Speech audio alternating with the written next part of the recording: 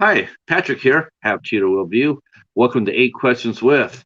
And tonight we are talking to filmmaker, screenwriter Darren James King, also known as Dazza. Is it Dazza that we're going with? Yeah, Dazza. Dazza. Okay. Now, that's the first question: is where did that come from? Because I've always known you as Darren James. Mm. Where did Dazza come from? I just say it's abbreviation of my name. I've got four brothers and three sisters, and they all gave me different names. Some, or most, not so polite. But Daz, Dazza, there are a few of them. Dow, Now, okay. That Dow. that's funny. That's funny you say that because my brother and I we had my brother Philip and I we had nicknames too. Uh, I was Dog and he was Frog, so it was the Dog and Frog show. Hi, Katie. Uh, Welcome in, Katie. Thanks for showing up. Katie is one of the co-hosts on the Sunday night podcast, the Midnight Hour, and she also has her own show coming up, the Final Ladies of Horror, the Final Girls of Horror, and she will also be our wrench today. Which sadly YouTube has been going through a every once in a while this happens on YouTube. They have a robot infestation. So if you go on YouTube, you'll get you'll get bots coming in. They're dropping off pornography links. So Okay. Katie's here to stop that. Hi, Jennifer. Thanks, Jennifer's Dean. also one of the co-hosts of the Midnight Hour and the Final Girls of Horror. So thank you very much for coming in. Um, so Daza is a family nickname. That's actually a Yeah. pretty cute, actually, to tell you the truth. Here's Crystal. Hi, Crystal. Wow, we got some people coming in. You know what it is? I'm noticing one thing. I'm noticing they're all ladies. I'm just sitting there going, there's something different about this. I know what it is. Oh, they're all ladies now. Uh-huh. I should have suspected that once I used your picture for the to promote the show. Once I put your picture out there, I should have expected this. Don't you're embarrassing me. Uh-huh. Darren is incredibly talented and gifted filmmaker. You and I have known each other for over 4 years. Did you know that? I We thought did. it was. I thought it was longer. I thought it was six Is it for some longer? It reason. might have been 6. Yeah, Yeah. because Yeah. because I did a Atlantic 66. That was one of my. I think that was like my 14th review. That was my first short. I think I'm calling that right. Oh Um, no, trial Trial 66. 66. Right, Trial Yeah, 66. That was a yeah, good that's it. movie. I love that movie. That was one of my favorites for sure. That was one of my first short films that I reviewed. Um, Mm. and I just really enjoyed it. I thought it showed a vision. Thought it had a vision and it had depth, and it definitely Yeah. was. I became a fan with that movie. Oh, I thought that was just great. this extraordinarily good. Um, so let's go back to the beginning. We got to go to the beginning here. This is your first live interview. Okay. Congratulations. I'm sure this will be one of many. This will be one of many for you, Darren, for sure. Um, so where were and speaking of coming in, Ricky's here. The gentleman I told you about before. I Oh wanted to introduce you. yeah. He's here. He's here watching. He does interviews as well. He's starting to get his game up. He's cutting his interview teeth right now, but he's a good interviewer. You definitely will talk to him, and you'll have a good talk. I He's look forward to smart. it. Yeah. Yeah, he's really smart. He's on the ball as far as films goes. He knows the questions Mm. to ask.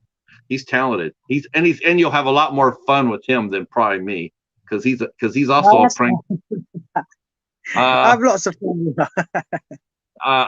yeah. Well, I have to show you. You have to go to his YouTube channel to see some of the shenanigans that Ricky does. Ricky and Pablo, they will have you laughing your ass off. What I want to try to do, I'm going to bring up your database page because I want to tell folks about some of the movies that you've done that you and I have talked about and whatnot. I've Yeah. also reviewed. I think I reviewed 4 of your films.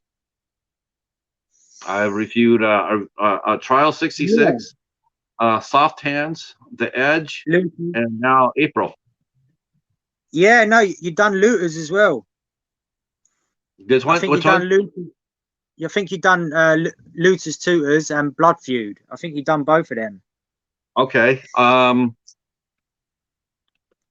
Uh, Yeah, see, I don't necessarily, I like sticking with talented artists. Like, there's an actor named Timothy Cox that I work with, that I like watching his films because he'll send me his new short films, and I like reviewing them because his movies are really that strong. And I'm really, I'm a huge fan, and like yours, so I tend to just follow that. When there's somebody really talented there. um, I'll tell you which one I have done. I see. Oh, I have that movie. I Am Hooligan. okay. Yep. Yep. Well, The one I was just acting in that one. When I now was just an actor in that one. now you and I think I think I had met you. I think you were gosh, it might be even longer than that because I remember when you were telling me about looter tutors and sawed off shooters. I remember that. I Yeah. remember you telling me about that. I don't think I covered that one. I did do Trial 66 though. Why is that not listed on here? That's a great movie. Wow. That's not it's not listed among your credits. We'll have to fix that. It And it should you're be on at the the block. bottom. Yeah. Um, okay, so I want to go back to the beginning. I mean, where were you born at, Darren? I mean, were you London based always, or were you born somewhere else? Were you raised? I mean, you had a large family. Did you have a farm, or did you were you Well, out in the are you out in the woods? I mean, I'd like to know. Where did you get your start at? Because I want to know how you got into the movie business. yeah, I was born in London, Newham Hospital. Uh, but we moved about a lot, an incredible amount. We moved about. I've lived in Kent, all over London, Kent, Wales, Yorkshire. Several different places within those places, and it was just a bit chaotic. I never really found my feet. Just when I got settled, up we'd go again for whatever reason, and then we'll be, and I just, and I guess that stuck with me. That initial feeling of at any given moment I'll be gone again. So I never really used to sort of get used to somewhere and see that as my fixed place or my home. I'd always be ready subconsciously to be uprooted and just gone. Yeah. So yeah, I've I lived had in the same thing. It's No, quite damaging, if I must say so. If I must say so, it has positives. Don't get me wrong, but I think the negatives of that outweigh it. As I found out later in life. right.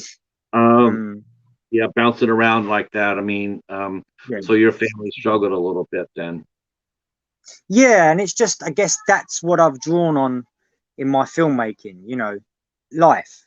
That's all film is to me. It's just life. My life, someone's life. You know. Um, but again, there's positives as well. So, but that's been my life. Just here, there, and everywhere, really.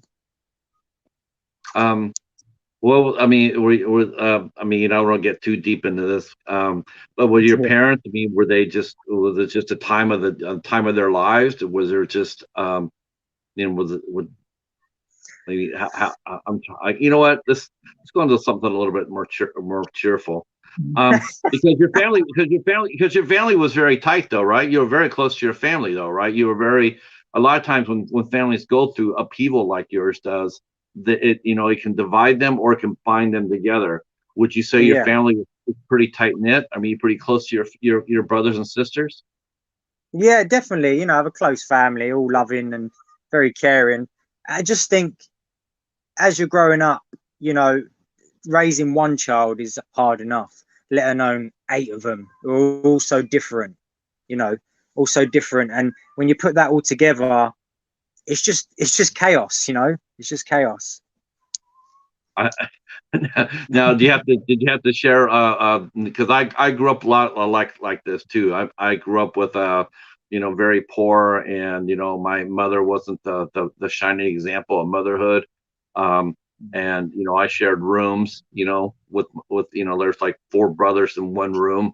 Um, which sucked in one respect, but it was also somewhat fun in others, because Yeah. you play games and whatnot. I mean, was that sort of something you guys did when you were growing up? Did you sleep on bunk beds or Yeah. share a bedroom? Yeah. Yeah. Um, 100%. 100%. All now that what as well. You know. now what was the first time you recognized like television? Because I'm sure that's probably what you watched a lot. Did you watch a lot of television as a kid, or were you always outside, playing with your friends? I I think we live in a very different generation now. You know, I was always outside. You know, just running around playing. Um, making do with nothing. And whereas today it's all about technology, films more so. I did watch a lot of films. Yeah, I watched films and TV growing up, but I was just an outdoors kid running around, making up things, making up games, and it was good fun.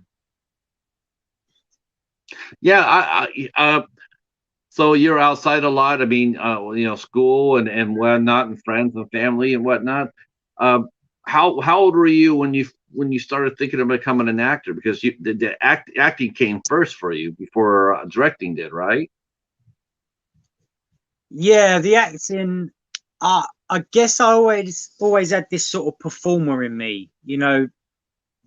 Before I even knew it was acting, we had like a little camera recorder and was making up little sketches and characters, and I guess I carried that through to my sort of adulthood. But it was only really when I was about 17, 18 that I had a bit more understanding towards it. And to be honest, I didn't know that was an option. I didn't know I could be that. It's just, I don't know why. It's just something I didn't know I could be, you know. Right.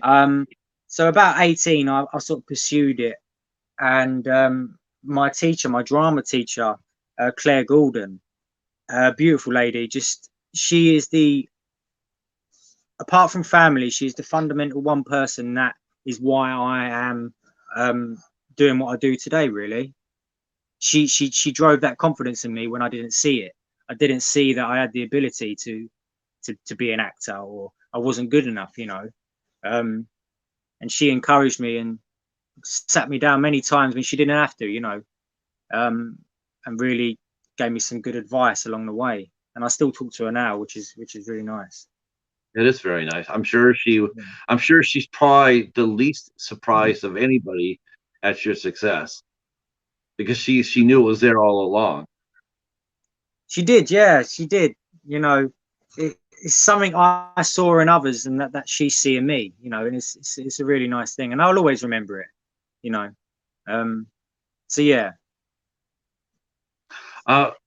I mean, now you're in high school, and you had drama club in high, and now was this drama class, or was it like drama club in high school? So, I mean, I know drama class would be a little bit more seriousness, and drama club is something that you would do after school.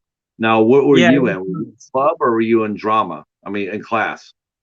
class, yeah, Yeah, class. yeah. So you were already starting to put in the work then at 17. Yeah, yeah. I started off quite young, in terms of, I mean, looking back now, it's I just always had that buzz to perform, to tell a story, to sort of, it's hard to sort of say really what it was. There was a lot I didn't know, and as well, and destiny, fate, I don't know. But my family is a very, what can I say, very musical. My dad plays the guitar very well. He's been in a few bands, again, my brother Paul, he makes films as well. So it's in the blood somewhere, it's in the blood, all this Right. telling. Yeah. So you came from a family of creatives, of artists. You were your folks were artists, and your siblings were as well. Yeah. So that must have been, and they supported you, when you sat there and said, I'm going to become an actor. I mean, whereas a lot of parents might roll their eyes at that, your parents were like, hell yeah, they were supportive of you. Well, not really. No, it wasn't. It was more. There was a lot of eyeball rolling. My dad he'd put the serious sort of realism on it and go, well, you need something else as a backup. You Of need to be course, of real. course. And I think later I started to sort of get a bit more. They've always been supportive, but as I pursued it, I guess they saw that it was something that I really, really wanted to do. It wasn't just a phase. It wasn't me just growing up going, one day I want to be a fireman, and then a pilot, and then I'm a filmmaker. I guess when they see the seriousness in me, that's when they started to attach real support. Right. Now, did you go to college afterwards, or did you start? Did you already, or just start right out of high school as far as your career goes? Yeah, I never went college to study it. Nothing like that. And looking back, I wouldn't change that, if I'm honest. In my opinion, you know what? I'm glad you didn't. I don't think you'd be quite the storyteller you are now if you went to college, to be honest with you. Yeah, I agree. There's a lot they don't teach you in college, and you're paying. I mean, the prices on these things, the money that all these students are paying out is absolute. If you want to learn, my idea, my opinion is, if you want to learn how to make a film, go and make one. That'll teach you everything you need to know, because filmmaking is 90% working with people before anything else. That's the hardest thing about filmmaking for me, is working with people. Yeah, I mean, because especially if you have to do, especially if you're doing your own producing, you have to go chase down your own financials, because that seems to be the hardest part about making a movie. It's not the process itself, but to raise the money to make the movie. Yeah, finding money is incredibly difficult. What was the first movie you worked on as an actor? Oh, for the life of me, I can't think that far. Probably, it was probably one of my own films, if I'm honest. Thinking back, it's probably one of my earlier films that I was again at the helm of, because I just felt no one really wanted. From a young age, I just decided to not let my dream be in somebody's own, someone else's hands. If this was something I was going to be doing, I had to invest in myself before you can, even dare to ask someone else to invest in you. I just felt that it's that step you take, So I can't remember what part it was, but it would have been one of my own projects. It would have been one of my own pieces. Yeah, I think it was probably the Looters, Tutors, and Sawn Off Shooters. Yeah, something around that mark. Now, how did you? I mean, how did you? I mean, you got into a gritty film right off the bat. I mean, now that that must have been an interesting choice, though. What made you do? What made you do that movie? I basically, because it's what I knew. I really do sort of, or sort of a world I know of. My dad used to have his own scrapyard metal yard, and he used to sort of have certain interactions with a lot of the faces back in the day. The East London sort of gangsters, as you like, characters, and a lot of the lingo and the dialogue and the way of speaking in that film was based on stories from my dad. So it was a world I know, not that I've lived that life, but with my films I make, there's an element of me in them. Not everything, but certainly Looters was a film that I was just bringing to the table. Sort of, I wasn't trying to make it up. It was just already what was at my disposal to use. and yeah, we just went for it. And yeah, I mean, it's Yeah, 'cause interesting thinking that many years back, yeah, actually. that's a part. I mean, you know, a lot of times, you know, and not only that was your, you know, you had only did one short as an actor. You did a little short called "The Woman Next Door." Otherwise, Tutor, you know, the Shooter is your first movie. That's your first project. It's a feature film. Now that's takes Yeah, some that's some. I mean, I'm one of those guys that I've been, you know, the folks who watch this show here in my 8 questions, they know how much I'm always an advocate of short films first for a filmmaker. You know, I'm always sitting there going like, it's always better for a filmmaker to make shorts. That way they can learn what they're doing. Well, it yeah, looks like you died and made a feature film for your first project. That must have just that took courage. Um, yeah. what are some of the things you learned? What are some of the things you learned about doing looters and tutors and solid offshoot? I love the title, man. I don't know why. Every time I look at that title, you know what I think. I'm not even kidding you. You're gonna laugh, but you know, every time I see that, I keep seeing Vinnie Jones in front of me. I keep on thinking that's a Vinnie Jones movie because that sounds so. It sounds Yeah, so much yeah, fun. Uh, yeah, it does. Yeah. now, I, okay, go ahead. my brother will laugh at this. My brother will laugh at this, and if he's watching, he'll. But one thing I learned about that film making it was how not to make a movie. Mm, I have to be honest here, you know, there was from what we knew, you can't really knock it. Audience won't know, you know, the normal audience would have went to go Asda after an hard day to want to watch a good film, and they were paid the money to watch this film, and they'd have been quite disappointed in it because it wasn't what they think it should be. You know, when something lands on the shelf, they expect it to be good automatically. They don't have the chance to like watch this, like us two talking now, where I can explain what we didn't have. You know, we don't get forgiven easy in the world of film. Um, but again, there's loads of positives about that film. You know, we met so many lovely people, so many people that came along and supported us massively. You know, strangers supported us. Um, and being at the helm of it all, and we had 3 crew making that film. We oh had a my God, crew of 3 people. That's that's it. insane. And Was we it done everything you and because your brother? I we mean, had who we did had people the in the industry cinematography? saying, yeah. So we Who did? had the DOP was James Sharp. James Sharp filmed it. We had Paul, myself, and we had his wife doing everything from, you know, a good 90% of the film.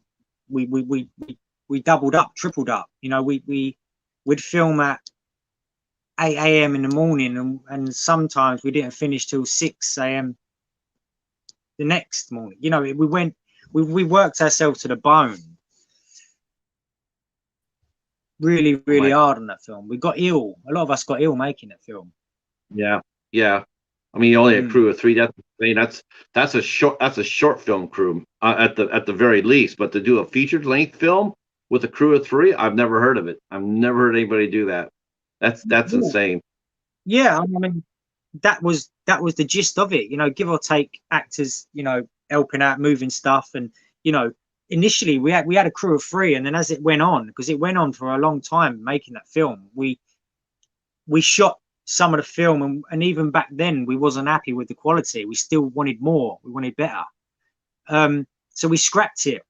And we went again, and we've done that 3 times, if I remember rightly. We've done it 3 times, and in the end, we just had to finish the film. It was a case of we can't keep doing this. We just have to finish it, let it go. You know, it is what it is. Right. Part of that reason was because we didn't know certain stuff, so we didn't know the best plan of attack. You know, granted, but what a blessing it was to make that film. We achieved what so many people are still thinking about doing today. And that's why I always remember. But going back, I mean, if you could do it Mhm. again, would you have done the short film before you would have did it? No. That's honest. That's honest. Yeah, I would have done the same thing, because it just taught me so much. A short film wouldn't have taught me anything. You know, you learn so much about people, and I keep coming back to people because that's what a film set is. You know, we're a gathering of people coming together to try and make something. So I think Right. the more you understand how someone works, the better you can get from them. What was the Very reception? rewarding. I mean, it was What was the reception like for shooters? I mean, you put it out there. Were you able to did you start selling it to your friends and family? Or did you get to release it at the theater, or did it go straight to DVD? How did the movie get out to the public? Yeah. So we had a distribution company called 101 Films, and I can't remember whether they were watching us and reached out to us, or we reached out to them. I can't quite remember. It's quite a long time ago now. But they wanted the film, and they in the end they took that film and it went straight to DVD. It failed as digital. The digital failed because the quality wasn't there, you see. So it went straight to DVD. Okay. And then then from that they took on our second film, Blood Feud. Okay. So we had a little relationship with them. They saw the. I know 101 Films. I've seen them over here. In fact, I got a couple of their movies. They're still around. Yeah, that's it. Yeah, so we were very blessed to have a company want to take it on and risk it, because that's basically what's happening. You know, it's all a risk on how it would do. So, I mean, it achieved, the film, even though it lacked in many areas, the film achieved so much in terms of getting it out there, you know, which is one of the biggest hurdles in making a film. You know, what do you do with it when you've done it? It's one of those. A lot of films sit on the shelf. They never see the light of day. It's funny. It's like I'll tell you what's really funny is, like, I was trying to get a movie this week, and I said, okay, let me go on eBay. I went to shop for it. I went to eBay, and it has a well-known cast. It's an American-made movie, and lo and behold, the only place I could find it was over in Europe. I couldn't find it here.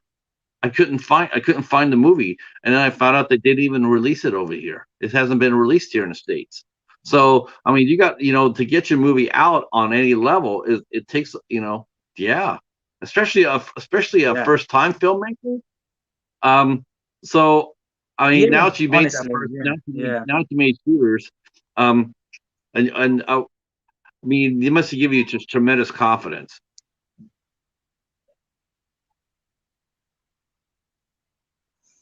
It did. It did, and it also knocked me back, if I'm honest, because I'm someone that sort of thinks about my failures rather than the pros, and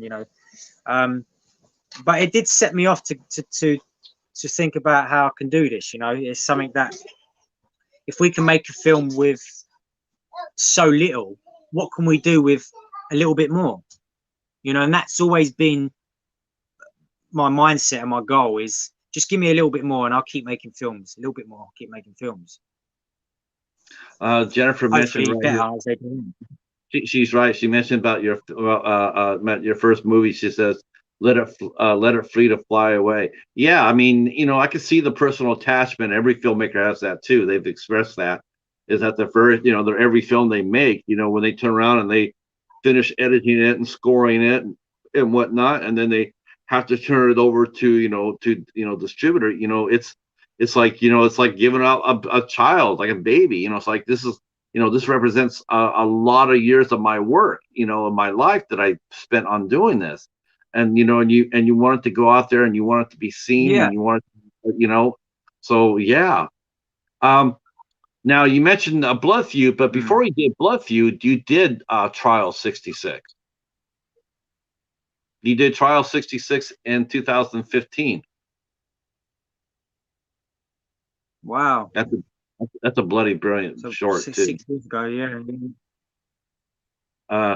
That's a Yeah. So that. Yeah, that was a lovely little collaboration with a friend of mine named Cliff Lynch, and he's a great singer. He has a band as well, and he's a musician, but he also acts as well.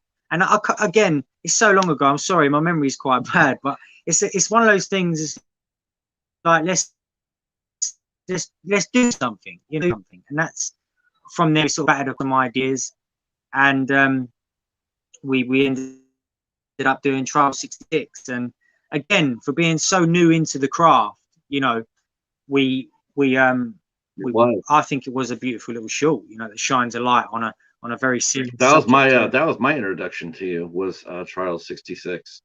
That was my first film of yours that I reviewed, and you can see that. Yeah, it was extraordinary. I will definitely link the review to it here. I'll try to find a copy. It might be on YouTube. It might be. So I'll put it on there. But yeah, I tried to find it, but I can't find it. Now, at the same time that you're directing, you're also doing a lot of you're still acting at the same time as you're directing. How did you like work? What was it like to direct yourself?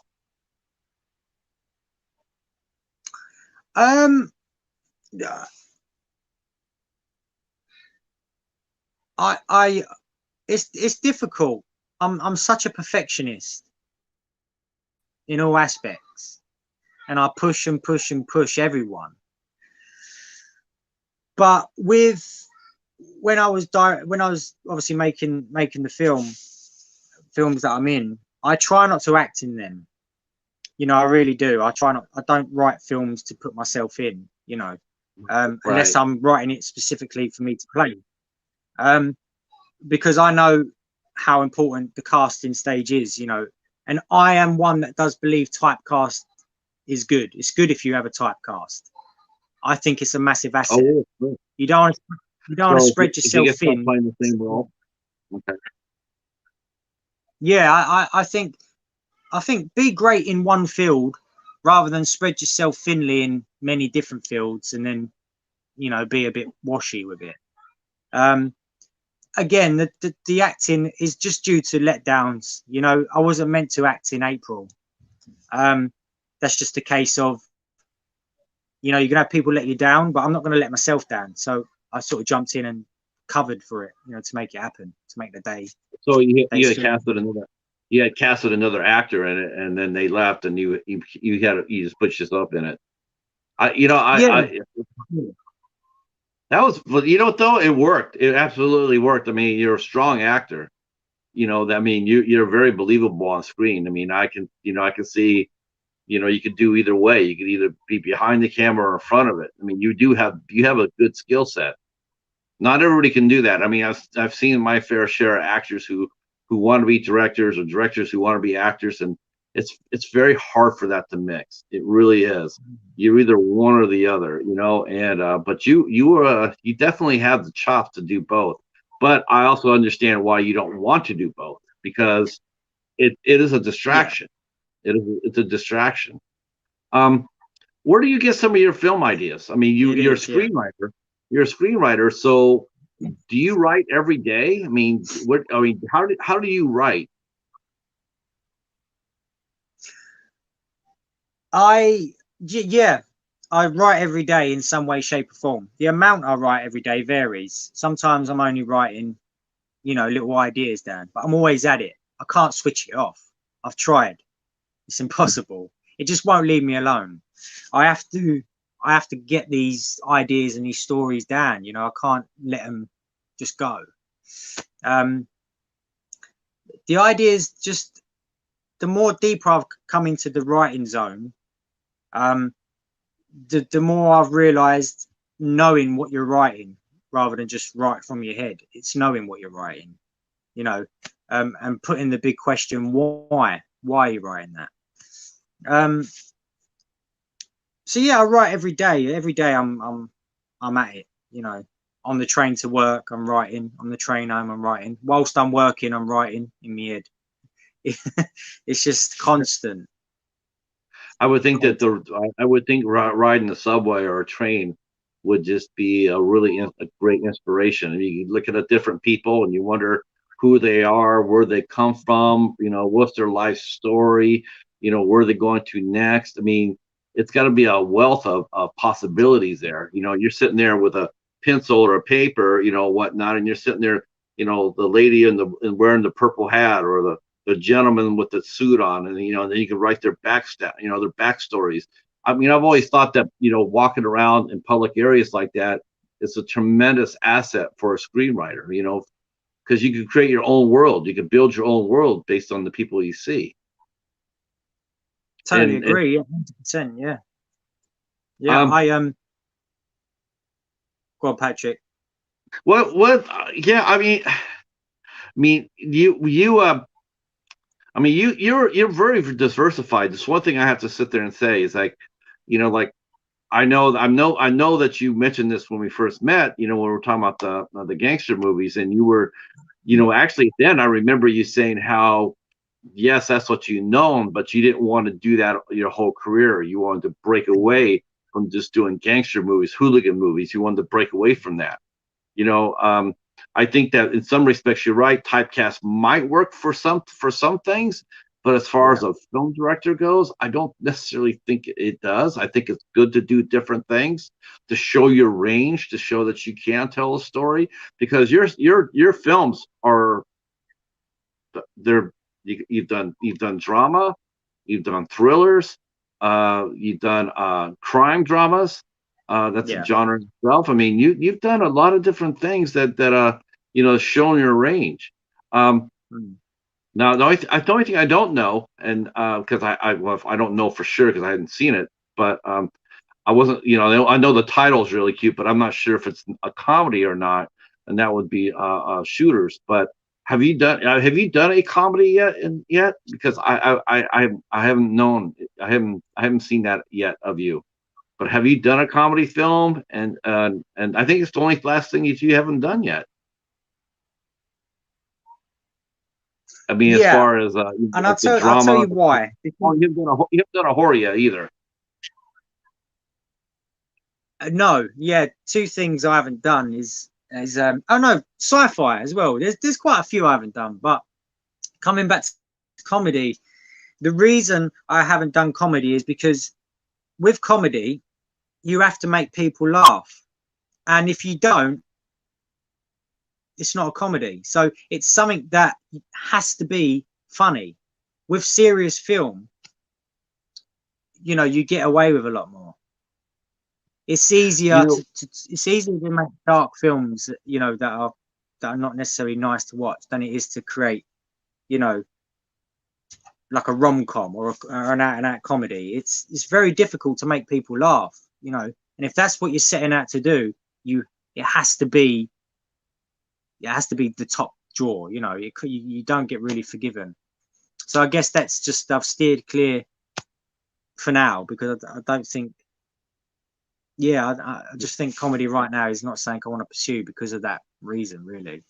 It's funny, we were talking about this in a stream yesterday, and they were doing they're talking about there's a group of film reviewers called themselves the Cinema Squad, and they were talking about the Golden Globe nomination. And one of the reviewers, he commented that he says that he doesn't think that comedy will ever recover right now. You know, it's in a really bad spot. You know, and I agree. I think comedy is pretty much dead right now. I think that we have censored it. We have censored it to death. I don't see it really coming. You can't really say anything anymore to be funny. You just can't say it. You risk your career if you do. It's a form of censorship. Yeah. Yeah. It's you're banging. It's so limited now. You don't know what to touch. You know, so political. You don't know. Yeah, there's no funny no more. It's Yeah, it's got to be it's got to be frustrating, because if comedy's today, what's tomorrow? I mean, it's got to be frustrating as a screenwriter and a director to be hemmed in. Like, what can I do? What can I say? How far can I go without risking to be, without being, canceled, or stepped on, or have my voice stifled. Which is really what it's, to me, it's like, that's another reason why that made April so impressive, is that, and also, the edge, and also Soft Hands, is that you were able to tell your story fearlessly without any sort of restriction. You wanted to say what you wanted to say, and you did so. There's been some film writers filmmakers, and you can sense they're holding back a little bit because they're not really sure how far they can go, and they're not really willing to risk, to show risk. And I really found that that's been a hallmark of yours, though, Darren, is that you have been fearless. You have stated what you're going to say, and to damn with whatever anybody else thinks. So I hope that doesn't change. I don't think it will. But talk to us a little bit, because I really like this movie. I thought it was a tremendous forward step for you, and that is Soft Hands. You made Soft Hands, and then you made The Edge. Two powerful short films. They were among my favorites of the year. I believe I picked them both for my top 10s, my top 20s. Just like April will make my end of the year list as one of the best movies I saw this year. Yeah, I liked April. I liked April quite a bit, but I also love Soft Hands, and I also loved The Edge. The Edge was hard, because I grew up in that atmosphere, like that, the domestic abuse. That it wouldn't say it was triggered, but I would sit there and say, I watched it, and I would sit there and go like, yeah, that's right, that's about right. Yeah, that's exactly how it works. Where did you come up with the idea for Soft Hands? Let's tackle that. Let's tackle Soft Hands and The Edge, and then I want to get into April. Cool. Okay. Soft Hands.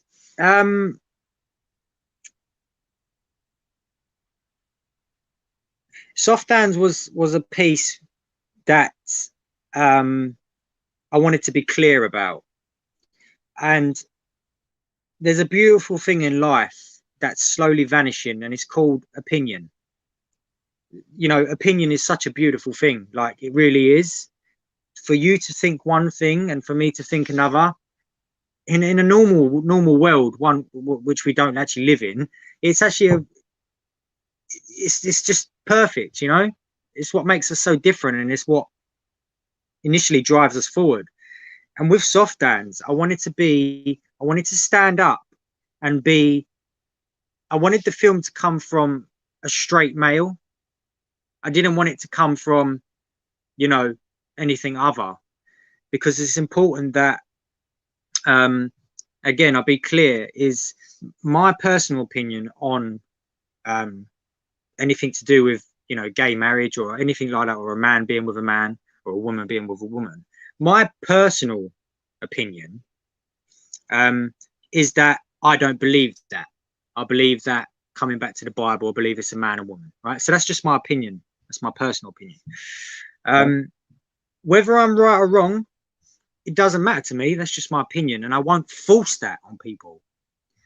What is inevitably wrong, not up for debate, is when you make a person, you go out your way to make a person feel afraid, rejected, made to feel like they're not normal, or made to feel like they're not part of the world and they're disease and this, and you bully them. That is what's wrong, and I don't stand for that. So I have to be the voice on that, as if to go, no, that ain't happening. So I think, and then, because I'm not for it. If someone comes to me and asks my opinion, that's all I'd give. But I certainly am not against it to the point where I'm going to make someone's life hell. You know, that's wrong, and that's what needs to be cut out. That's the disease. You know, that's the disease. The people that are persecuting these people. You know, Right. I've got friends that are, you know, gay. You know, whatever. You know, whatever is good for them is good for them. And I just felt, you know, you always got people that way that standing up for themselves. Let's stand up for them. You know, let's stand up. I think nothing better than a straight male making a film about that and going, no. Whether that's right, whether that's wrong, it doesn't matter. What you're doing, that's what's wrong, and that's what needs to go. So Soft Dance was a I guess another fearless approach to another topic in the world that sadly, you know, enough isn't being done about. But lately a lot more. There is, you know, good things happening. I thought it was a beautiful film. I loved the ending of it. I thought it was very heartfelt, and it showed a lot of emotional depth.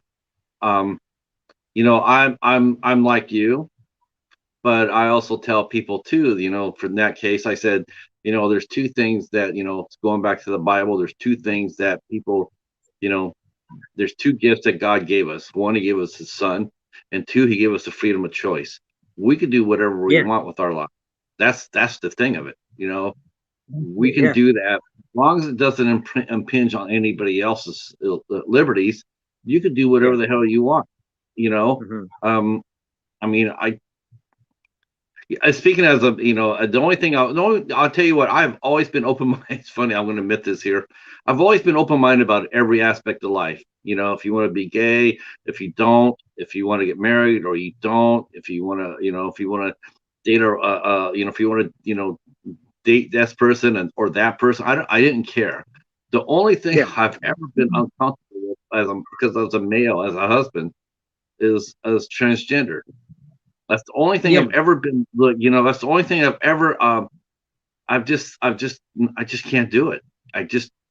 I got really, you know, I got really upset about that, you know, when I heard, you know, like, you know, they want to use the bathrooms, and I'm going like, or the club at the, you know, at the gym. I'm open-minded. It's like, that's what you want to do. That's fine. But please complete the whole process before identifying yourself as that. That's all I'm saying, because I don't want my wife or my little daughter, you know, or my nephew, you know, or my niece to go inside of a bathroom and see a woman there standing up taking a piss. You know what I'm saying? It just makes me really uncomfortable. And you know, and you know, it's like I'm not intolerant. I'm not intolerant to it, but I'm also wishing to those other people if they would also respect the choices on our side, you know. And I guess Soft Dance is a great film about tolerance, you know, and choices and respecting each other and how we live our lives. I thought it was handled beautifully. Like I said, I loved the ending. I liked the father. He, you know, he had to come by. He had to come learn how to love his son no matter what, and no matter what, and get pissed off if someone poking fun at him. How was your film received in England? I mean, in the UK when you released it, were people sort of surprised to see this kind of short film coming from you? I mean, because was that something they weren't expecting to see? I guess you never really know how some people feel inside. Some people don't really let that much out, you know. So I never really got the vibe that anyone really thought it was a bit, you know, out of nowhere or a bit out of the norm that I'd make a film like this, because it's something I talk about anyway in my day-to-day life. You know, I talk about these things. So I guess knowing me as a person, you know, and being a small world in, you know, the film world, I don't think it was by surprise. Maybe about time I'd done something like that, you know, but definitely not a surprise, I don't think. But I can't say for sure, because again, you don't really know what someone's feeling deep inside. You know, not everyone voices it. Now, how did it do? Did you take it to the festival? Did it do I mean, people did they because I reviewed it. I loved it. I thought it was great. I thought it was, like I said, fearless. Um, Yeah. and I mean, I'm glad that did you win any awards for the film? Did people come up to you and say that was some strong writing? How did you where did you get the cast for your film? How did you do the casting yourself, or?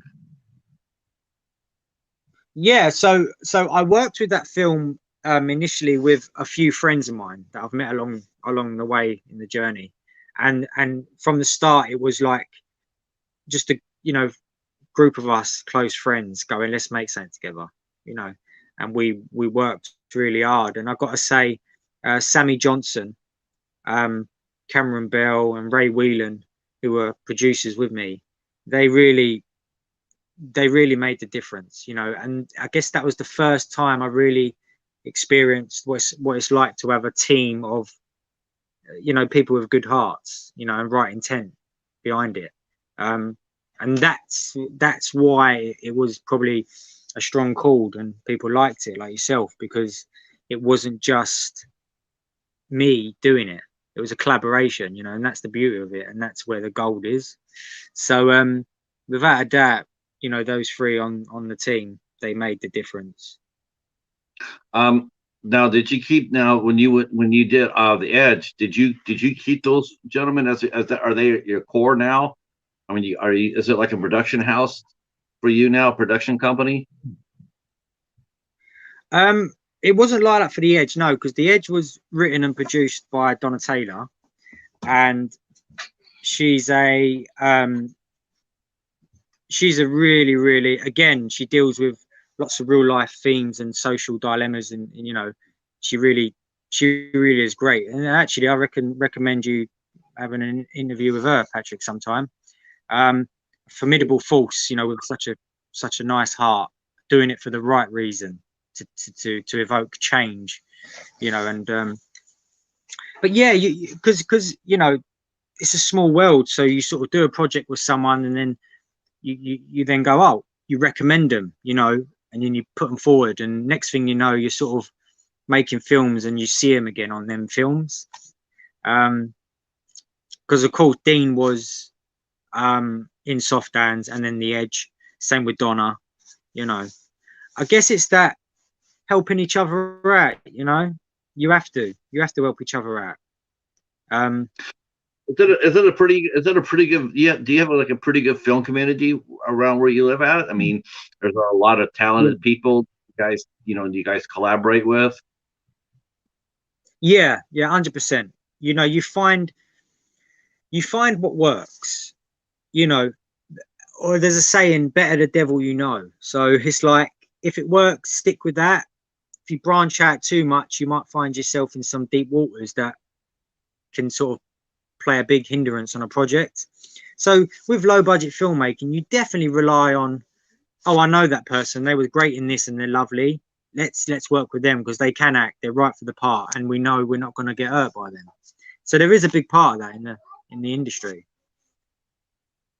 Yeah, I was gonna say, I mean, I mean, it's sort of weird that when we mentioned it that way. I mean, a lot of it has to do with like word of mouth, right? I mean, you can't get it, or I mean, do you do your auditions yourself? I mean, how do you do that? Do you invite people to come out audition, self tape, or in person?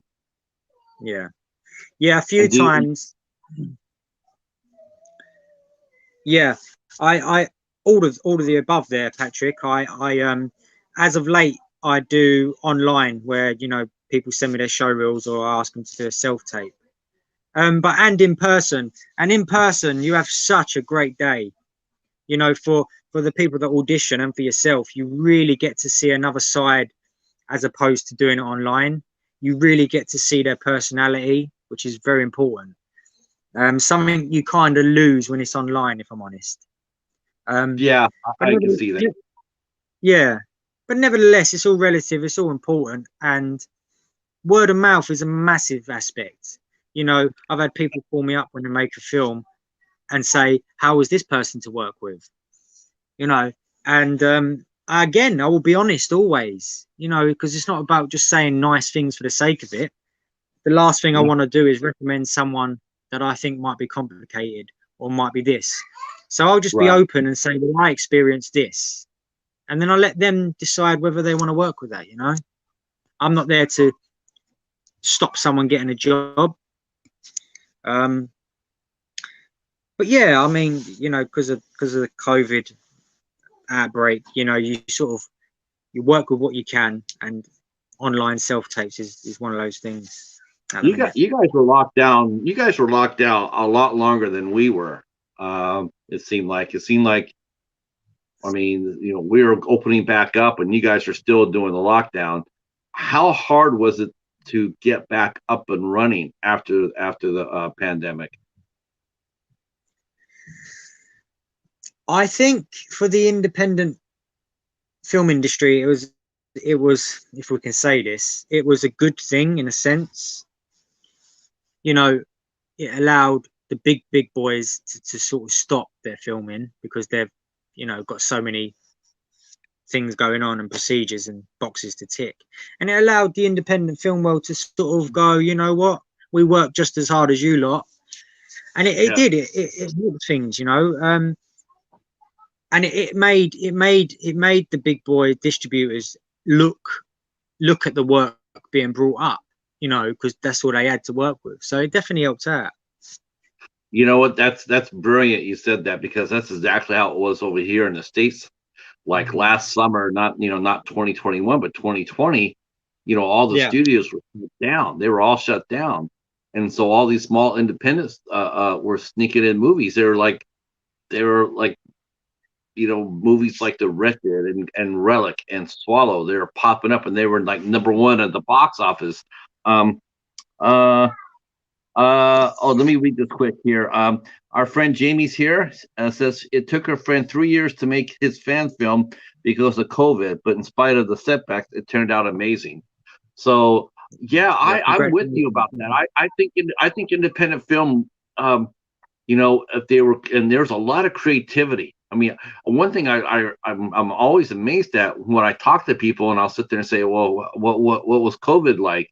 And they'll sit there and say, oh, we worked. We worked through it. You know, we couldn't do like, you know, massive productions, but we were able to make movies out, you know, while the pandemic was happening.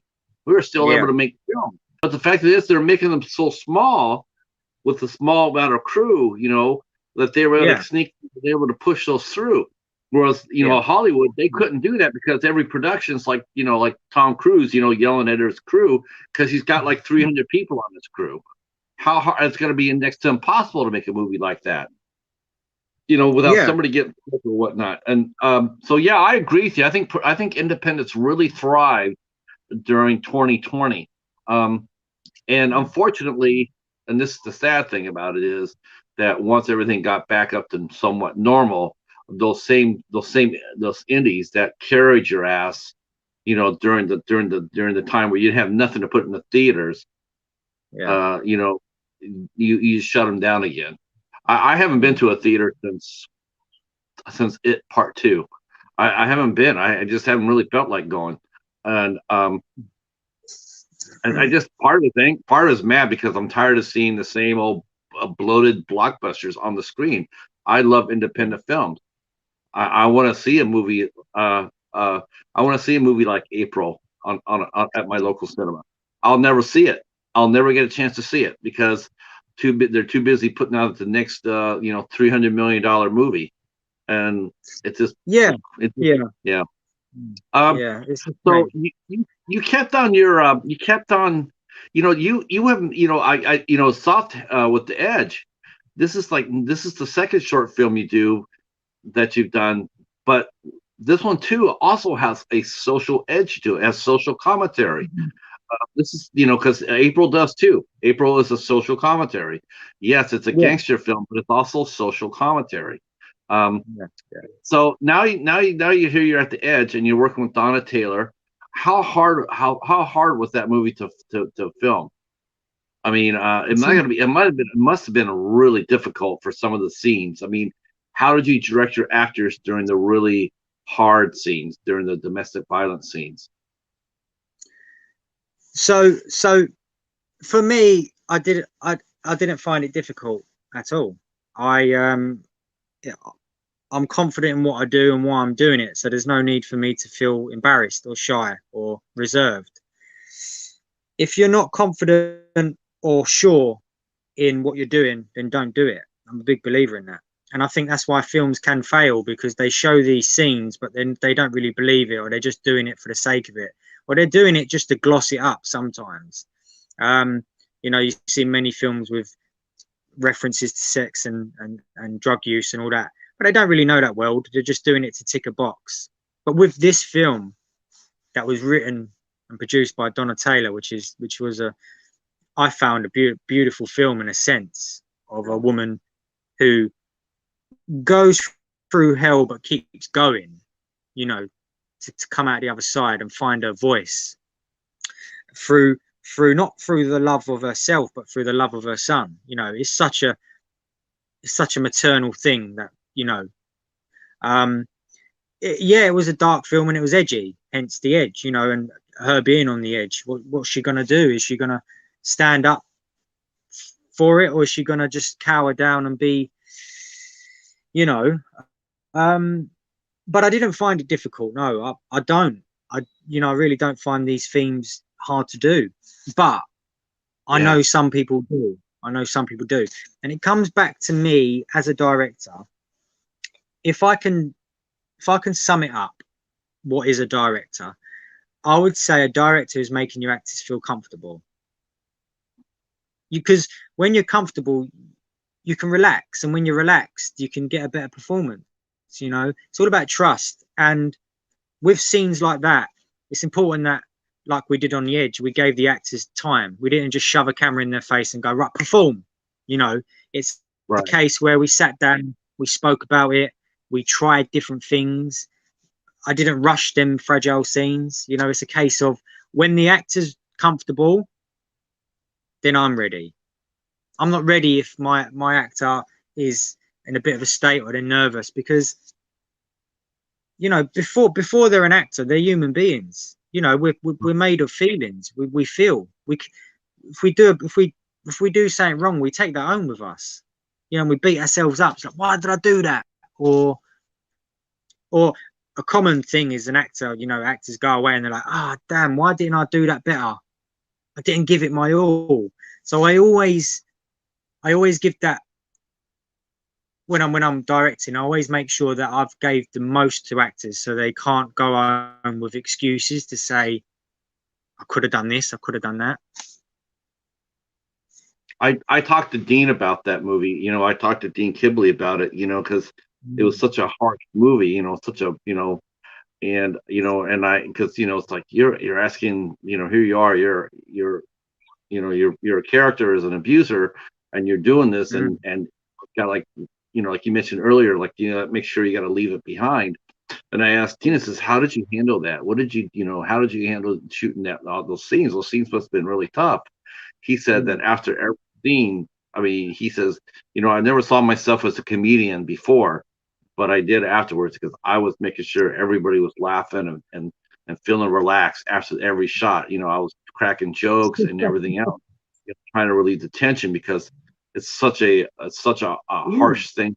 So I can see that. I can see, you know, I think that's probably how I would handle something like that. You know, okay, in this scene you're slapping the woman, you know, across the face. Yeah, you know, that's kind of heavy on you. You know, and then when you say cut, you know, you know, it's like, holy, you know, that's because it stains you a little bit. You know, if you let it, it can stain you a little bit, because that's a harsh thing to act. He said he was cracked. Yeah, Dean. Again, you know, from the outside looking in, you look at these topics and be like, "Oh, that must have been a very serious film set." Not on my film sets. Not. You know, it's like, let's have fun. You know, we know when to be serious, and we know not to let any of that, the jokiness, leak into the final footage. But yeah, you know, just have fun with it. You know, we know the story we're trying to tell. We don't need to when we call cut, then keep being serious. You know, let's just be ourselves. And Dean was that guy. He's very funny anyway, Dean, naturally, and as a comedian. But it, again, just having that type of personality, you know, all the crew on them projects, you know, on the Edge were absolutely brilliant. You know, even people behind the scenes that don't quite get the credit that sort of they deserve, just because there's so much to talk about, you know. But yeah, we have good fun. We have lots of laughs, which is important. I'm dropping you guys the link. This is the actor we're talking about who played the abuser in The Edge. I'll put my review down in the description box when I'm done with the interview. But this is the gentleman. This is the actor that played the role, and he was one of the sweetest, nicest gentlemen I've ever talked to. I really enjoyed Dean, and yeah, he would actually be one I like to talk to sometime down the line as well. Yeah, really nice guy. He really brought it. I mean, that movie is really powerful. And again, it's like it's the second movie that you did that you brought, you know, social edge to it. I mean, even though Donna Taylor produced it, started it, but you directed it, and you decided to direct it because, you know, it's her story, but it's yours too, because your job is to bring the story to the screen. So now let's talk about real quick. I want to talk about what brought us here. I want to talk about April.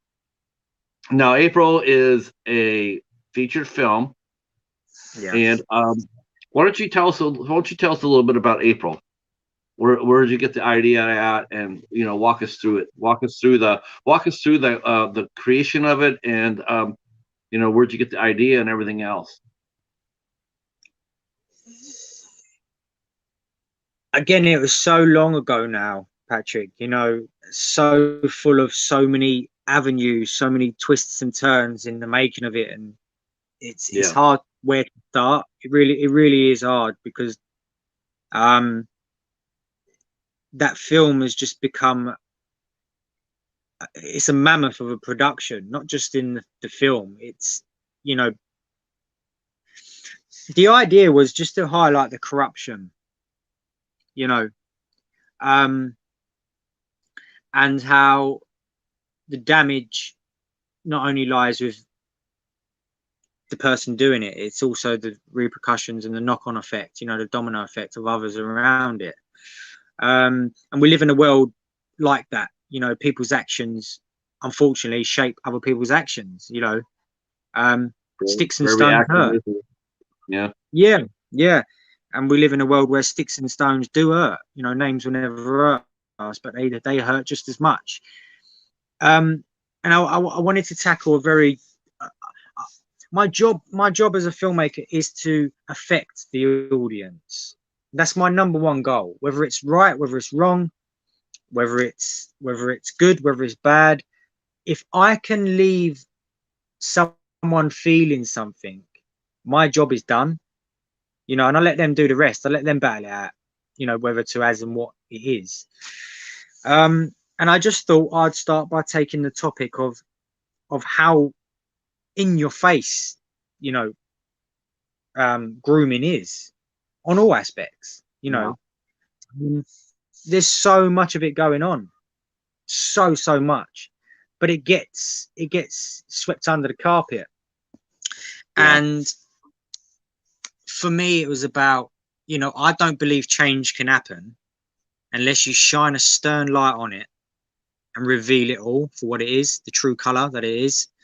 If you want to stop, I'm going a little bit off course here, but it's still true to the film. If you want to stop knife crime, if you want to stop, you know, gang crime, start at the root, which is boredom. That's my personal opinion on it.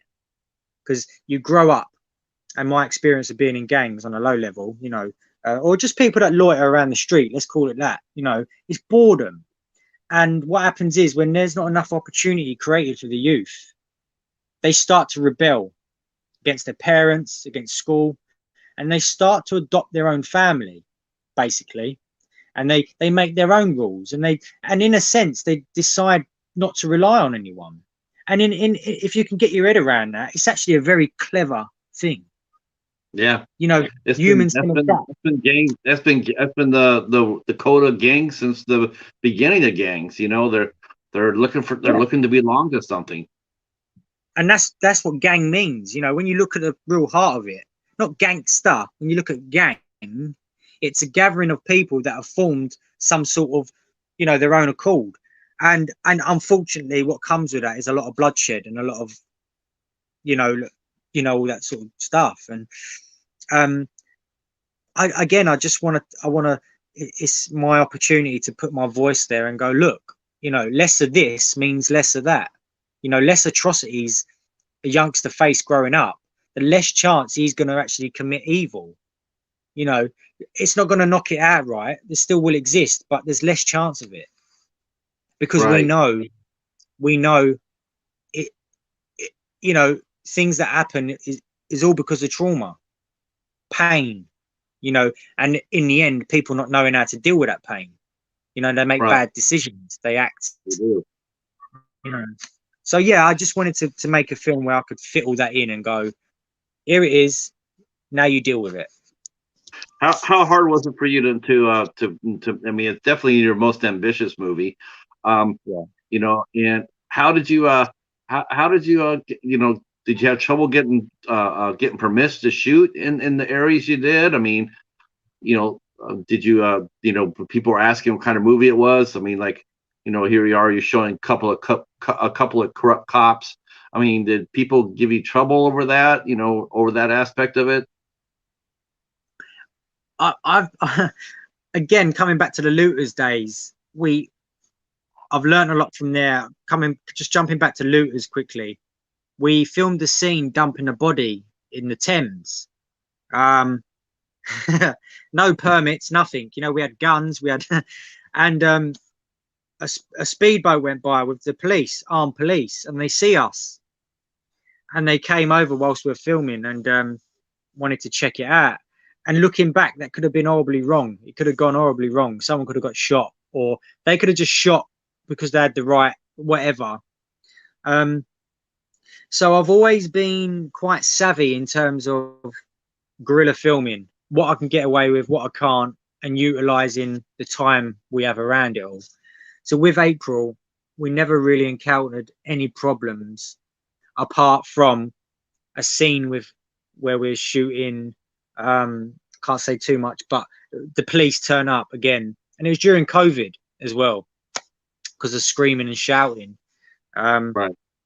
But never really any problems. You get the odd passerby that lingers around and sort of talking while you're trying to film.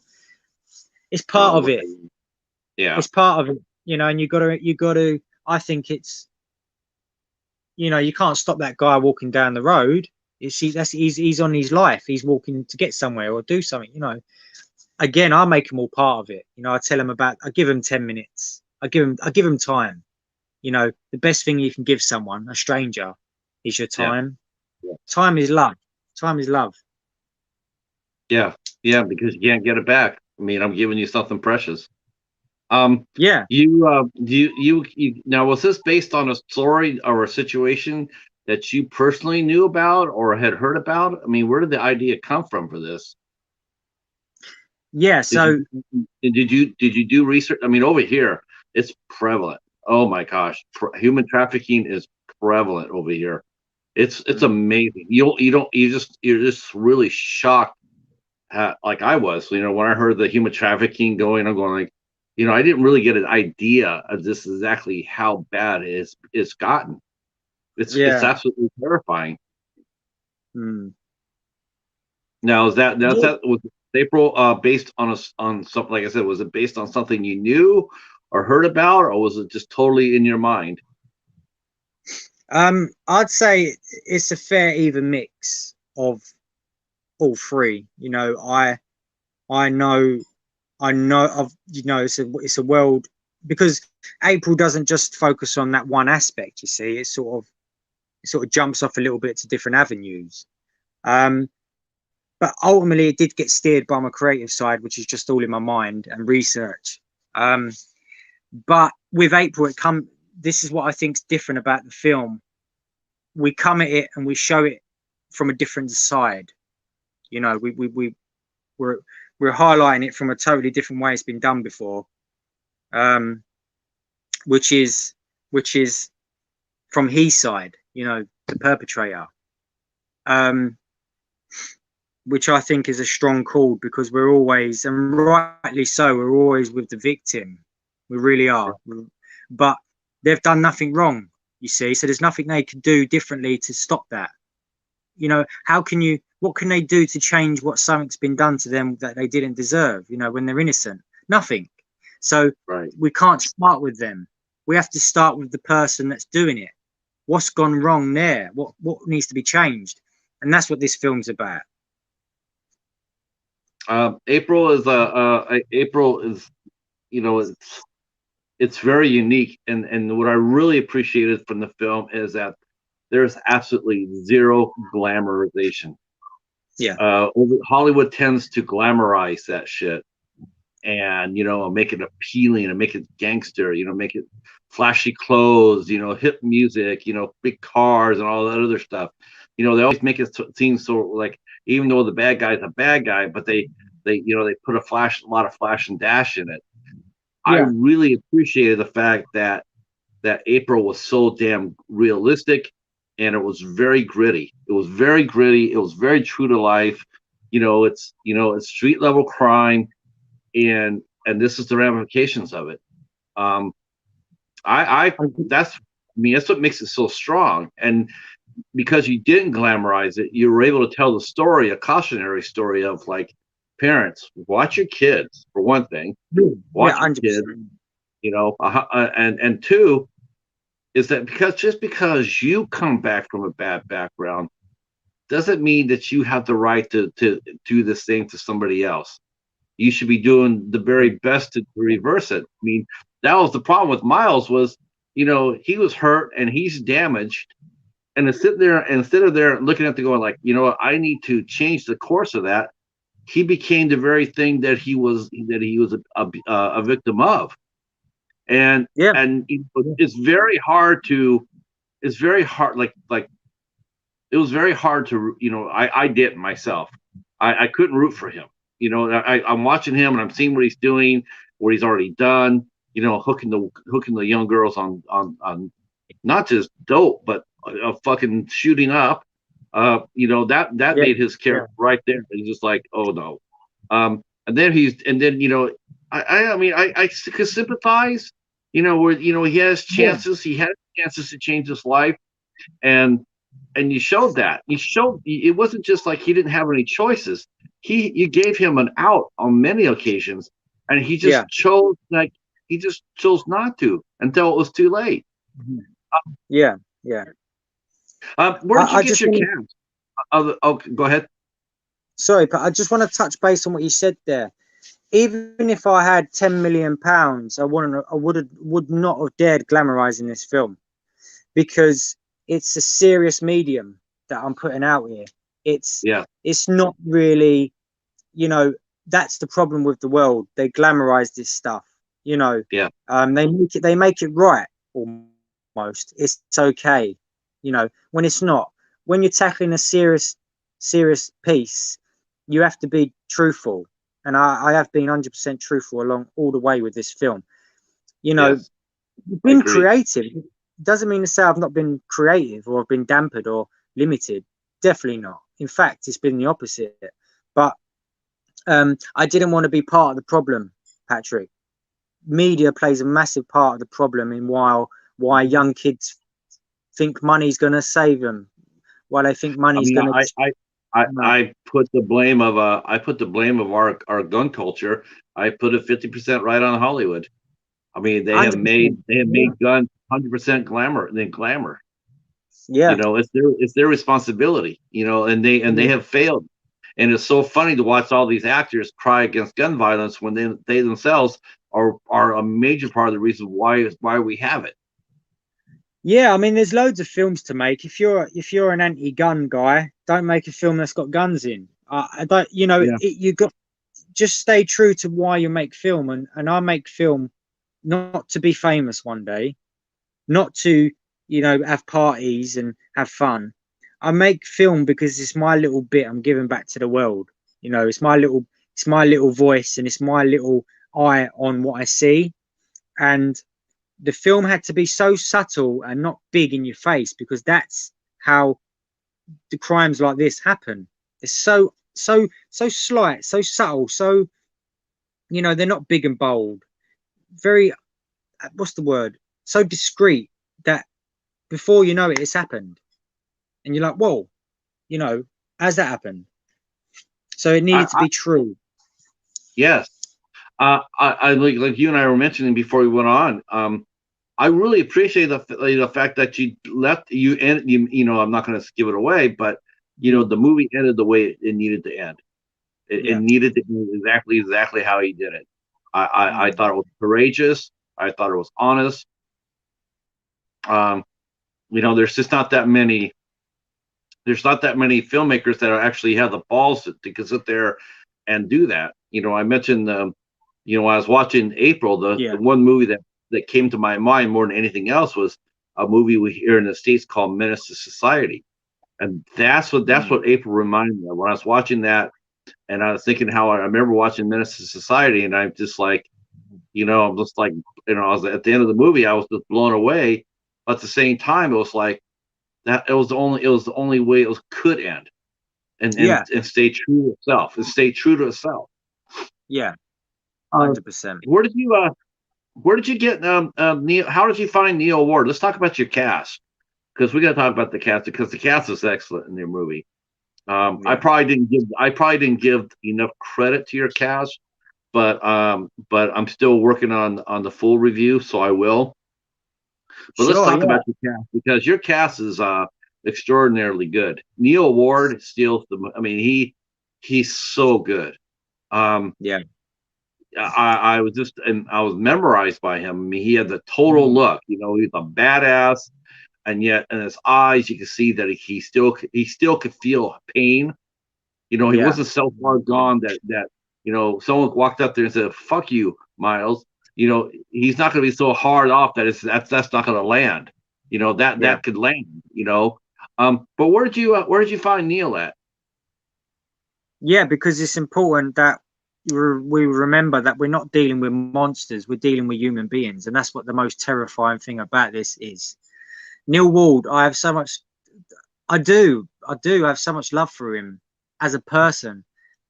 Like, I'm going to talk about his craft in a second, but I just want to talk about him as Neil Ward. He showed me so much commitment and love when he didn't have to. He'd done his job, you know. He didn't have to give me any more. But he stood by me for the whole 3 years of the project, and that sums him up, you know, it really does. As an actor, I mean, I know my film so well. I've spent goodness amount of time writing it. I've goodness amount of time directing it. I live for the moments that I don't know, and when you get an incredible actor bring something new, they're the moments that I live for in filmmaking, you know. And I've got to say, he just brought it. He brought so much I couldn't handle it. You know, it was just he has the look. He was perfect for the look, and what we needed. It was ferocious. It was just the geezer was phenomenal in his performance, and I get so happy talking about it. And because he's just such a lovely guy, you know. Yeah, he just seemed to elevate. You know, it seemed like to elevate it, you know, the rest of the cast. I mean, and you can't take your eyes off him when he's on screen. I mean, even when you're booing him, you still can't take your eyes off him. You know, you're you know, you can see he wears his heart on his sleeve. Not a very big heart, but it's still a heart he has, and he wears it on his sleeve. I thought he was stellar. I thought he was very strong. Where did you?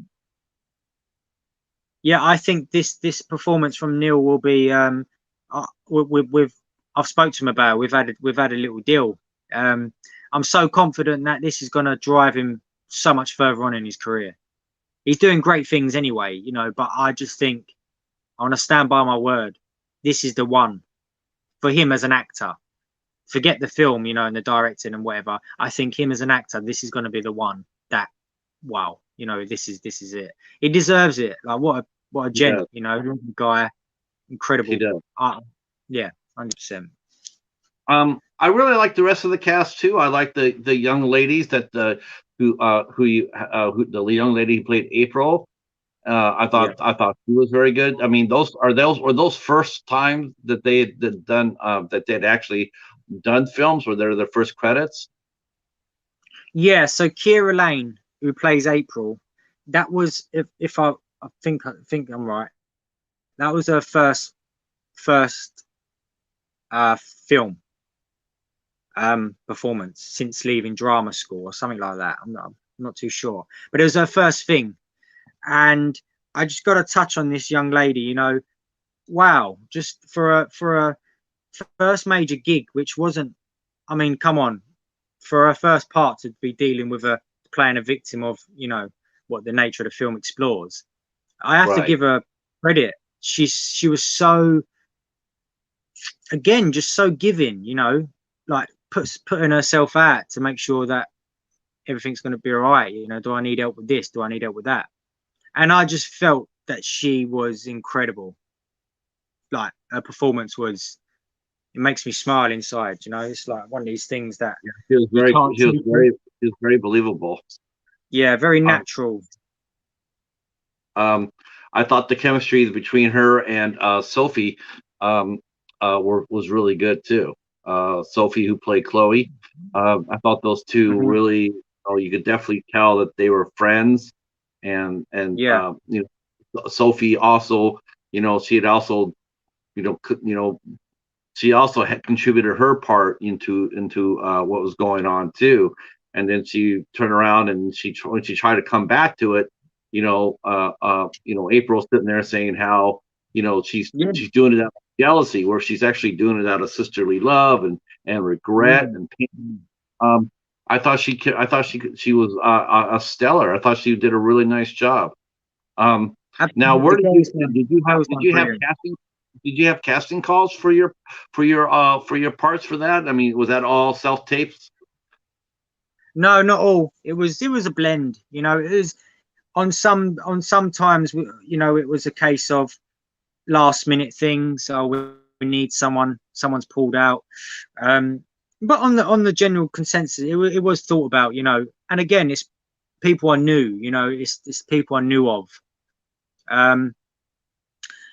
Neil Wald, I didn't know Neil Wald at the time. What happened was I was with Donna Taylor. I was at one of her events where she was showing her film, and I remember we went later to a bar to have a few drinks, and I remember meeting this guy, Neil Wald. He came over politely and he said, you know, we had a little chat, and he left me his card, you know, his acting card. And I put that card in my jacket that I hadn't worn for a long time. And when I was making the film, I was like, who could play this character? I need someone. It heavily relies on someone just being incredible. Like, and I was stuck. I wasn't feeling it. There was good actors around, but I just wasn't feeling it. And I went in this jacket and I pulled out this card, and I see the card and I thought, oh, and I watched something of this guy and I was like, that's incredible. And then I looked at the card and I realized that was him, you know. So I messaged him and we met up and we had a good chat at Waterloo. We had a good chat for a good few hours, just being honest about the project, you know, what it was and what it weren't. And he invested from that day. He come on board and he gave me 100% of him. And I just thank all the actors and the crew for their hard work. And thank you for having trust in me, because there was times where, again, opinions would be, they didn't agree, but I'm glad they respected me and trusted me that that's the way we were going. So nothing but love for them all. So I have this. Now has April been released properly yet in the UK? No, I've just signed a distribution deal in where is it? Is it North America? So I'm not too sure. It's worldwide distribution. What's the company's name? Bayview Oh, Entertainment. okay. Yeah, I know Bayview. Yeah. Cool. They're up and coming. They're up and coming. Yeah. So, beggars can't be choosers. And although we like in our minds go, oh, I want Lionsgate or Universal, we have to do the best with what we've got and where we're at. And no, I don't. You know what? I tell you one thing. I know that Bayview will work your asses off for it because I've seen them work it, and they work grassroots too. So they'll get your movie out there. Yeah, I'm very happy. Okay. Well, at least it's not the Asylum. I mean, look at it that way. Yeah. Tonight. I mean, that's the company that put out Sharknado, so at least he didn't do that one. Wow, that's exciting. So what's next for Darren? What are you gonna be doing next? You're gonna be out there promoting April once it gets a proper release, right? Yeah. You know what, Patrick? I almost like to let the films do the talking. Can you hear me? Yeah, I can hear you. Oh, we might have lost him. Can you hear me now? There you are. I'm back. Yeah, you're back. What's next? Are you going to be promoting April once it gets released? Yeah. Now you got anything on the? Sorry, that's gonna be fun. That's gonna be fun for you, right? Because this will be your full time. Will this be your full time? Will this be your first time truly promoting a feature length film at this level? Yeah. With a much more mature, mindset. I was just a kid when I made my previous films. I was young. I was a kid. Now I'm, a bit more mature, I think. And I think what's next is, just carrying on doing what I'm doing. I know why I want to make films now. Didn't quite know that back then. I know now why. And I enjoy it incredibly. I see it as a healing platform, because ultimately everyone's broken in some way, shape or form. And I guess it's my caring nature where I want to be helped myself. I want to be helped. And I know people out there want to be helped too. And I know I can use the media as a platform to help these people. It really does encourage some people when they see TV is such a massive influencer. Let's use it in the right way, because it does a hell of a job in the wrong way, doesn't it? It really does mislead people, pollute people's minds. So I just want to use it for the right way, encourage people, never give up. The list goes on. I just want to enjoy my time while I do it. And I mean, who knows what's next? I've got untold of stories that I want to pursue. It's just I can't say what will take off yet, because that's the future, and I guess I live in the present at the minute. Sure. I'm gonna. I don't know if they have, but I'm gonna open it up for like a few minutes here. If you have any questions to ask our guest, Darren James King, please feel free to drop them in the chat, and I will feed them over to Darren. And so we should talk about something that happened on April, because it's something that's totally unusual. And I have to ask you, what did you think of it when it happened? And that was because you said, a lot of people come up to you and they say, hey, I want to be a part of the movie, or I've heard this person, or what do you think of this person, and or can this person get a part, or you hear that all the time. So so what made you trust me when I came up there and did that to you? Because I thought, for one thing, I thought you were going to snap my head off. I really did. I thought you're going to come back and sit there and say, dude, you're not a casting agent. What are you doing? But you were very gracious and let me have my say.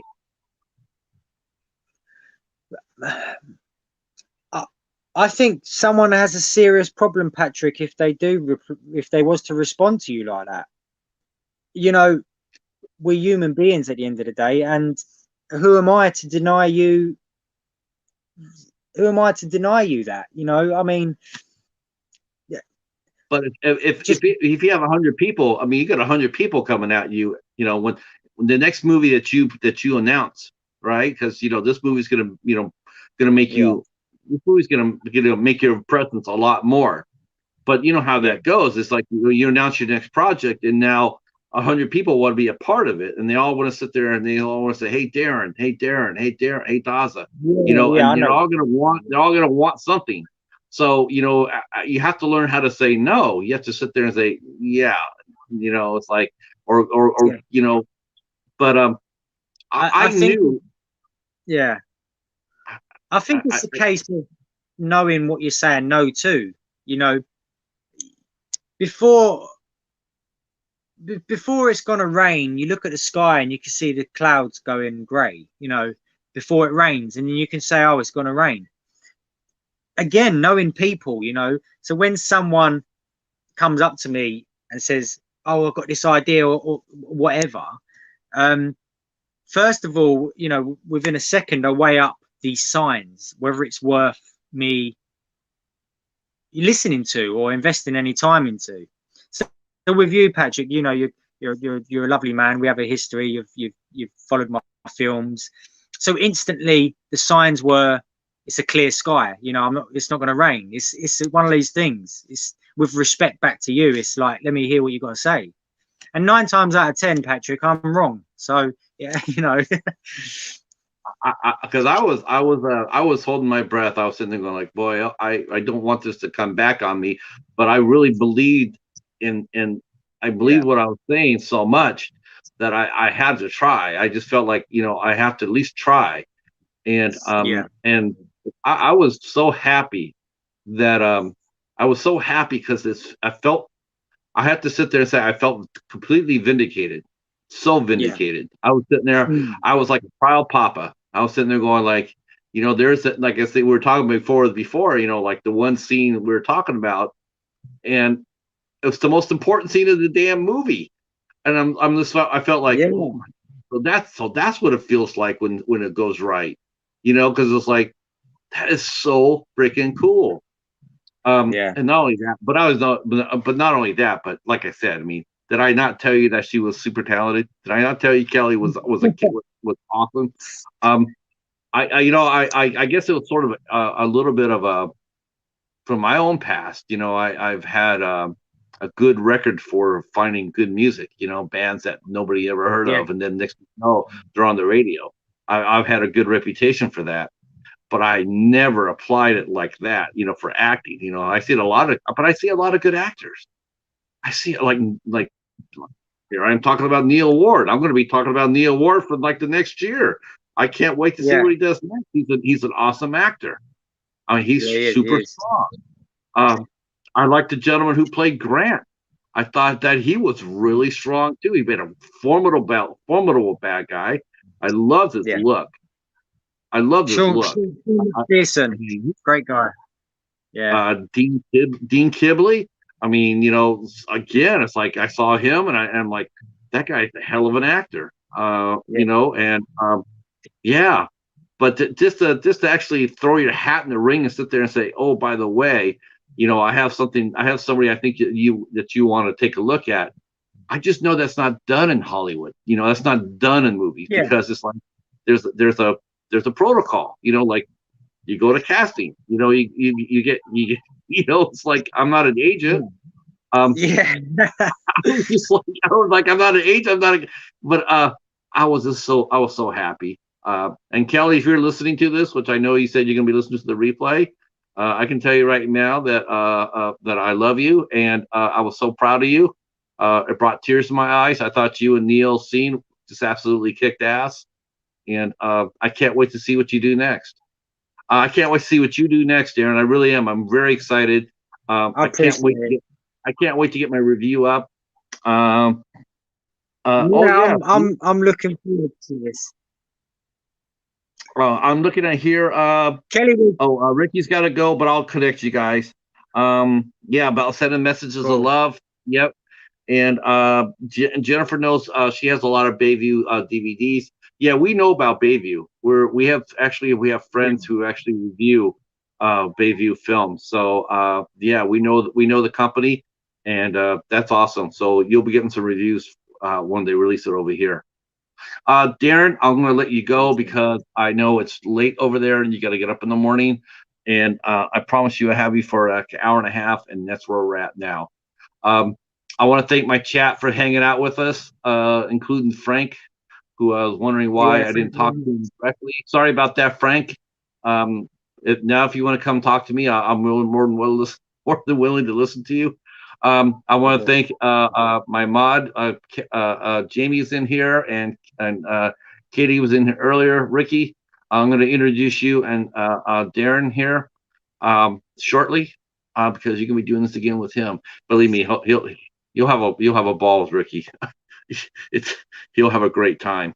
I want to thank everybody else who came in and supported this interview. I'm going to be back tonight at 8 o'clock. I'm doing this again. We will be talking to actress and producer Alexis Iacono. I can't wait for you to come back and meet her. She is just an amazing human being. I can't wait till you meet her. And tomorrow night, 8 o'clock, we will have Night from the Night Watch Zone. He'll be here, and he's a fellow film critic. He does. He and I, and along with a couple of other folks, Coriander and our friend Ben, we do a IFC show. And yeah, I love this interview. Thank you so much. And then it held together.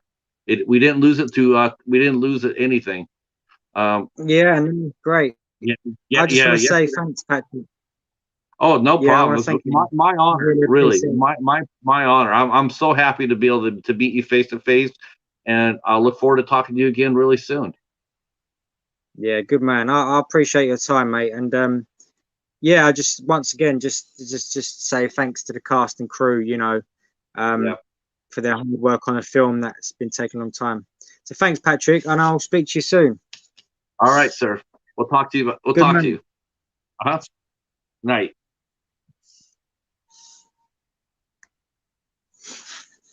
Okay.